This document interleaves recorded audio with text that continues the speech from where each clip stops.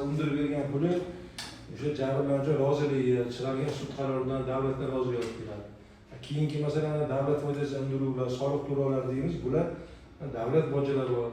Bular hammasi shu ayollar daftari, temir daftar, yoshlar daftari shularda nazarda tutilgan loyihalarni amalga oshirishni zamir. Buning uchun hammamiz bir yoqdan bosh chiqaramiz. Bizga ham sud, mana prokuratura hammamiz maqsadimiz bitta.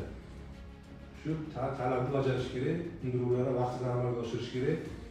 Shundagina masalan o'sha xalqimiz, o'sha kam ta'minlangan oilalarning farovonligiga yordam qilgan bo'lamiz, hissa qo'shgan bo'lamiz o'zimizdan.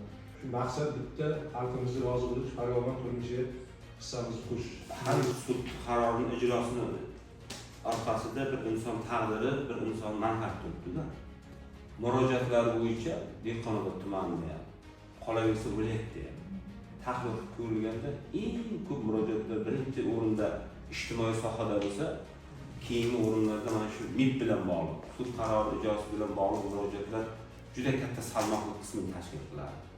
Shuning uchun sud qarorlarini vaqtida, muddatida, sifatli 100% bajarishni ta'minlashimiz kerak. Mahalliy hokimiyat mana mahalla, keyin mana soliq undiruvi bilan bog'liq ishlarda soliqni o'zi yordam qiladi, bank bilan bog'liq ishlarda bankimiz yordam qiladi.